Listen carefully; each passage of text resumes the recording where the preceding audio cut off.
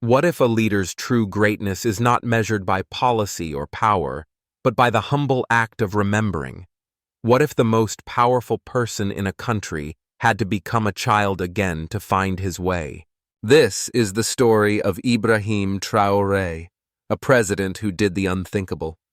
On a morning just like any other, he broke every protocol, ignored his staff's warnings, and left his palace, not for a political rally, but to begin a journey to find the lost pieces of his own heart. He wanted to see his people, not as statistics on a report, but with his own eyes, in a place no leader would dare go without an entourage, a public hospital. He wasn't looking for a photo op. He was searching for something else, something he didn't even know he had lost. His quest would begin with a simple slip and a soft voice. A voice that would unlock a memory buried deep beneath years of military discipline, political ambition, and the heavy weight of a nation's hopes. A voice that whispered a name he hadn't heard in a lifetime: Mama Nina. Though he had been warned, nothing could have prepared Ibrahim for what he was about to see. The hospital hallway wasn't a staged set. It was a living, breathing picture of reality. The scent of antiseptic mixed with old dampness. A child's cough echoed from a distance. He passed by gaunt faces of people waiting on worn wooden benches, and even patients lying on the floor. This was a scene no report could ever fully describe. A few recognized him and stared in astonishment, but many others were too lost in their own pain to even notice the president walking by. Ibrahim didn't just walk past. He stopped. He knelt. He took the trembling hand of a mother, his eyes showing sincere empathy. "We are here for you," he said. "We are working to make things better." His words were not empty political promises. They were a quiet pledge from a man who had seen the truth. He shook the hand of an old man, and in that man's eyes he saw tears well up, tears of hope and relief. Yet even as these emotional moments unfolded, Ibrahim couldn't ignore the grim reality. Outdated medical equipment, scarce medicine, and small drops of water falling from the ceiling, creating little puddles on the tiled floor. The visit continued. Everything went according to plan until he turned into a hallway. His foot suddenly slipped on a small puddle. He lost his balance for a moment, but quickly regained it. "Be careful," a soft voice said from behind. The floor was just cleaned. Ibrahim turned. It was an elderly woman, in a worn-out cleaner's uniform, holding a broom and a bucket. She lowered her head shyly. "I'm sorry, sir," she said. Ibrahim was about to move on, but something about her humble posture, her hands calloused from hard work, and more than anything, that voice, a shiver ran down his spine. He didn't know why, but he felt he had met this woman before. "What is your name?" he asked. A simple question, yet it was the key to unlocking the door to a forgotten past. "Aminata." The name echoed in Ibrahim's mind like a distant memory. She hesitated, her eyes slowly rising to reveal a face marked by time but still radiating kindness. "My name is Aminata," she replied in a soft voice, as if she couldn't believe a president would care about her. Ibrahim couldn't take his eyes off her. The strange sense of familiarity clung to him, growing stronger with each passing second. The doctor with him tried to hurry him along. "Mr. President, we should continue." But Ibrahim stood still, frozen in place. Aminata's face, her weary hands, and her dignified demeanor all seemed to be telling a story he had long forgotten. "Where are you from?" he asked, his voice filled with urgency. "From Kuogo, in the San Matanga province in the north, sir," Aminata replied. A jolt ran through Ibrahim's body. Kuogo. That was the name of the village where he had spent a large part of his childhood. Instantly, a flood of memories rushed back. The mud huts, the smell of roasted corn, and the songs of women by the village well. Did you know a woman named Fatima? He asked, his heart pounding in his chest. Aminata looked him straight in the eyes. Her gaze was a mixture of surprise and recognition. Tears began to stream down her cheeks. Fatima, she whispered. I knew her very well. She was your biological mother. A heavy silence filled the hospital hallway. All other sounds seemed to vanish. Ibrahim felt a lump in his throat. So, the woman in front of him wasn't just an ordinary cleaner. She was a piece of his past, a link to his deceased mother. So you knew my mother? And me? Ibrahim asked, his voice trembling. Aminata nodded, her tears still falling. I knew you, Ibrahim, when you were just a little boy. You were only 5 when your father passed away. In that moment, there was no powerful president or humble cleaner. There was only a man standing before his past and a woman who had held that memory for decades. In that moment, in the noisy hospital hallway, time seemed to stand still. Their story couldn't continue here. Ibrahim realized this was a tale that deserved to be told in private, with all the respect it was due. Where do you live now? Ibrahim asked, his voice softer. In the Depot neighborhood, sir. A small house I share with my niece. Aminata replied, her eyes still teary. I will come to visit you, Ibrahim said, a promise he knew he had to keep. Tomorrow, if that's all right with you. Aminata looked at him, utterly astonished.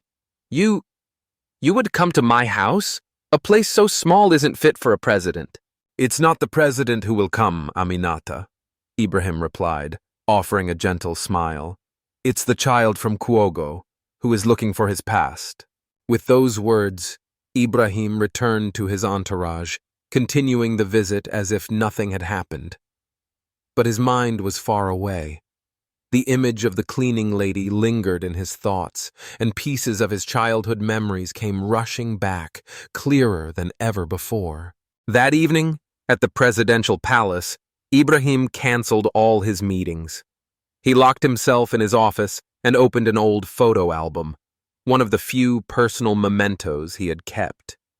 Faded photos showed his mother Fatima with a kind smile, the round mud huts, and the giant baobab trees of his village.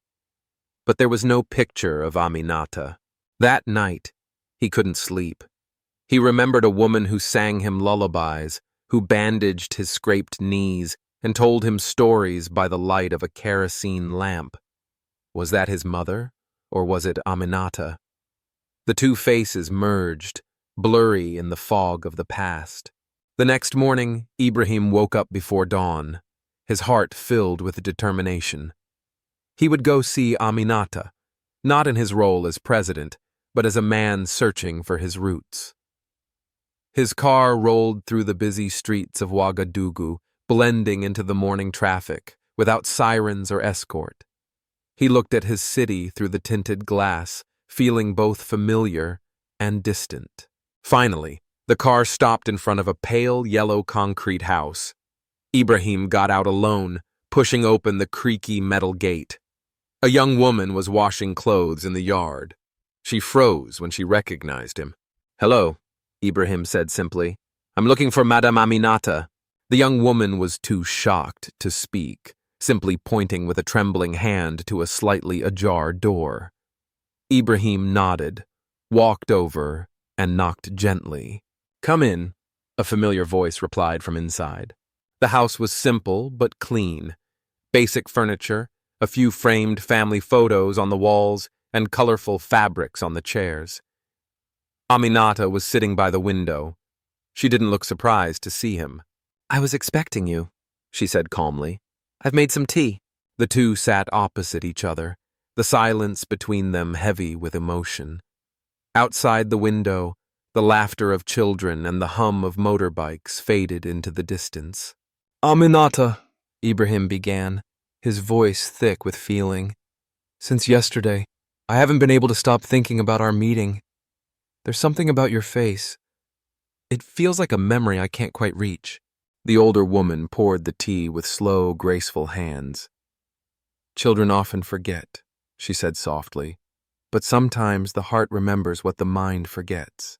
She stood up, walked to a small wooden dresser, and took out an old box. From inside, she pulled out a small object, a bracelet made of colorful beads and cowrie shells. "You wore this on your wrist," she whispered. "It was a gift from your mother, Fatima. She had a marabout bless it to protect you." Ibrahim held the bracelet, his hands trembling as if he were touching a sacred treasure. Suddenly, memories flooded back. He remembered himself as a child, playing with the beads, counting them each night to fall asleep. How do you have this bracelet?" he asked, his voice choked with emotion. Aminata took a deep breath. "When your mother, Fatima, became very ill, I was her closest neighbor and friend. I had lost my husband the year before, and we supported each other through hard times. When she felt the end was near, she asked me to take care of you." Tears streamed down Aminata's cheeks, but she continued her story with a voice full of affection. "For almost 2 years, I cared for you as my own son. I cooked your food, washed your clothes, and told you stories every night so you could fall asleep. You called me Mama Nina because you couldn't pronounce my full name." Ibrahim's heart stopped. Mama Nina. Those 2 words opened a locked door in his memory. He remembered a woman with a warm laugh who carried him on her shoulders, taught him the names of birds, and cured his fevers with bitter herbal drinks. "I remember," he whispered, overwhelmed. "I remember you, Mama Nina." Engulfed by emotion, Ibrahim knelt before Aminata, tightly holding her frail hands. "You were my second mother," he said, his voice choked. "How could I ever forget you?" Aminata smiled through her tears. "You were so young, Ibrahim. Perhaps the adults told you to forget me. That happens often." "But what about you, Mama Nina? How have you lived all these years?" Ibrahim asked. Aminata simply gave a small shrug. "After you were taken, I left the village. It was too painful to stay. I came to Ouagadougou and got this job at the hospital. I lived a simple life, always keeping your memory in my heart. When you became a respected soldier and then president, I watched your journey from afar in silence. I was so proud of you, Ibrahim." "You should have come to me," he said, his voice full of regret. "And what would I have said? 'Hello, Mr. President. I'm the woman who took care of you for 2 years when you were a child.' Who would have believed me? Who would have allowed me to get close to you?" she asked, half smiling, half crying. Ibrahim understood. The rules, the security, and the distance that power creates had made it impossible. But a warm smile suddenly appeared on his face, breaking through his tears. "And yet, destiny had me slip on the very floor you had just cleaned," he said softly. "Life moves in strange ways," Aminata replied, her eyes glistening. Time passed quickly in Aminata's small house. Ibrahim forgot his work, his meetings, and his duties. Sitting in that simple room, he was just a man reclaiming a lost part of his life. Aminata brought out old photos, some of the village of Kuogo, some of Fatima, and a few of little Ibrahim sitting on her lap. "Every year on your birthday," she said, her voice gentle, "I would make your favorite dish, rice with sauce and chicken. I would share it with the neighborhood children And pray for your health and happiness." Ibrahim's heart ached. All those years, a quiet, unconditional love had been watching over him. "All these years you cared for me from afar," he whispered, full of awe. "A bond of the heart never truly ends," Aminata said. Her niece, Fatu, who had quietly slipped away, returned with a tray of simple food, thick millet paste and a baobab leaf sauce.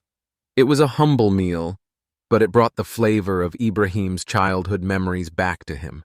"Aunt Aminata often told stories about you," the young woman said shyly, "but I always thought they were just stories. I never imagined the president would come to our house." Ibrahim turned to her.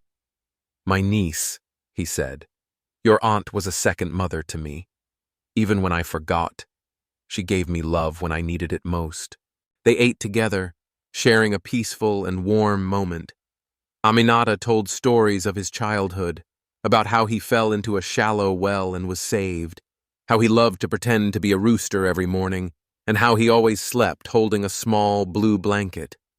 Each story unlocked a buried memory in Ibrahim's mind. Ibrahim smiled, a sincere smile he hadn't worn in a very long time. Do you remember the story about the clever hare who tricked the hyena? He asked. Aminata's eyes lit up. You remember? You always wanted to hear that story, even when you knew every single detail by heart. In that moment, Ibrahim laughed. Not the laugh of a president, but the laugh of a child. After all his military glories, titles, and power, he had found the greatest thing: love and gratitude. I want to do something for you, he said, his voice full of emotion. At your age, you shouldn't have to work so hard. Aminata looked at him calmly. The fact that you came to find me, that you remembered me, that is already the most precious gift I could ever wish for. No, that's not enough, Ibrahim said with determination. I owe you, Mama Nina. A debt from a son to his mother. I don't want to change your life, but please let me help make it easier. I want to give you a proper retirement, good health care, and I want to hear more stories about my childhood, about my mother Fatima. There's so much I need to remember. Aminata's eyes softened.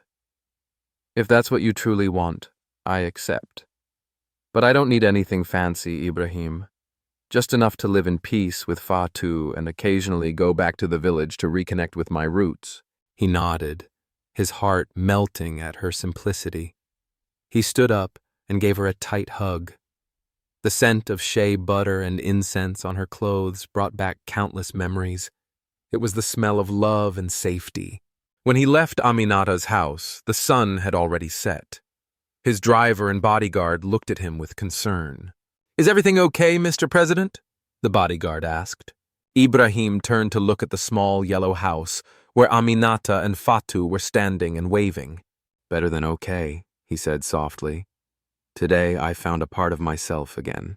In a packed room at the presidential palace, Ibrahim went straight to his office. Missed calls, urgent files, diplomatic messages, all felt less important now. He sat in his familiar leather chair, but for the first time, he saw the world from a different perspective. He picked up the phone and called his personal secretary. I want to create a foundation, he said with conviction. The secretary's voice was full of surprise. A foundation, Mr. President? Yes, Ibrahim replied. A foundation to honor women like Aminata. Women who raise, care for, and support others, often in silence and without thanks. A wonderful idea, sir, the secretary said, scribbling notes. What will you name it? Ibrahim paused for a moment, recalling the stories of Aminata's unconditional love. Root of the heart, he said, because these women nourish the hidden roots of our society. That night, for the first time in years, Ibrahim slept a deep and peaceful sleep. In his dreams, he saw his village, his mother Fatima's gentle smile, and Aminata's warm hands guiding his first steps. 3 weeks passed. Ibrahim had a new, comfortable house prepared for Aminata and her niece Fatu in a quiet neighborhood of Ouagadougou. The house wasn't large or extravagant, but it was a dignified and peaceful place for her to enjoy her golden years. He also arranged for her early retirement from the hospital with a generous pension for both her and Fatu.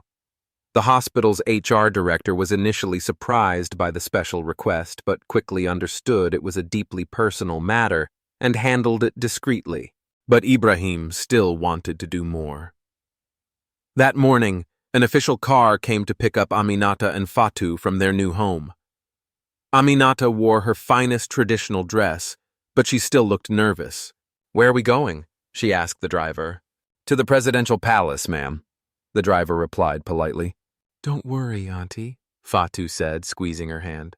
I'm sure it's a good surprise. Upon arrival, Aminata was stunned.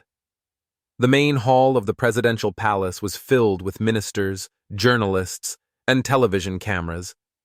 Ibrahim came to greet her, holding her hands tenderly. "Don't be afraid, Mama Nina," he said softly, using the childhood nickname for the first time in public. "Today is a special day." He led her into a large reception room, where about 50 people were waiting. The national television cameras began broadcasting live. "People of Burkina Faso," the president began, his voice clear but filled with emotion. "Today, I've invited you here to speak about a personal and national debt." He turned to Aminata, whose eyes were filled with tears. "This woman sitting next to me, Aminata Ouedraogo, was my second mother. When my biological mother, Fatima, fell seriously ill, Aminata took care of me. She fed me, cared for me, and loved me as her own child. Life separated us, but destiny brought us back together unexpectedly during my visit to Yalgado Hospital." Whispers filled the room. The story touched everyone's hearts. "For nearly 25 years, he continued, Aminata worked as a cleaner in that hospital. She lived a simple life, full of dignity and strength. She never asked for anything, not even when I became president. It is this humility and this generous heart that I want to honor today, not just for her, but for all the unnamed women across our country who silently raise, support, and build our future." Ibrahim then presented her with a plaque of honor, along with the keys to her new house and documents for a lifetime pension. But he wasn't done yet. "In honor of Aminata and all the official and unofficial adoptive mothers," he said, "I hereby announce the creation of the Root of the Heart Foundation. This foundation will support women who care for orphans or children in difficult situations. It will provide them with financial assistance and public recognition for their invaluable work in our society." A thunderous round of applause filled the room. Aminata's face was a mix of tears and joy. Ibrahim leaned toward her. "Would you like to say a few words?" he asked. Aminata hesitated, shy in front of the cameras and microphones, but then she slowly stood up, proudly adjusting her traditional headscarf. "I don't have the words of educated people," she began in a soft but strong voice. "I only want to say that love has no limits. When I cared for little Ibrahim, I wasn't thinking about the future. I never imagined he would become president. I simply loved a child who needed love." She paused for a moment, searching for her words, then continued with more confidence. "In our villages, we have a saying, 'It takes a whole village to raise a child.' Every woman who helps raise a child that is not her own is following that tradition. I didn't do anything special. I only followed the path of our ancestors." She looked at Ibrahim, and a radiant smile spread across her face. "I never stopped believing that God would let me see my son again. Today my heart is full of joy. May God bless our president and our country." The applause echoed throughout the hall. That moment, broadcast live on national television, touched the hearts of millions across the country. In just a few hours, the story of Ibrahim and Aminata spread through towns, villages, and even to neighboring countries. What began as a simple hospital visit had become a powerful symbol of African family values, community love, and deep respect between children and their elders. In the days that followed, the Root of the Heart Foundation received numerous donations and offers of help. Women from all over the country who were raising children not their own began to share their stories. Gradually, a new network of love and support was formed, sparked by Aminata's quiet devotion and Ibrahim's heartfelt recognition. 1 month after the ceremony, Ibrahim arranged a special trip to the village of Kuogo. It was the first time he had returned in decades, with Aminata by his side. Her peaceful presence was a steady anchor for him. They visited the small house where he had lived with his mother Fatima, and then the humble home where Aminata had cared for him after his mother passed away. At first, the villagers were hesitant, unsure how to act in the presence of the president.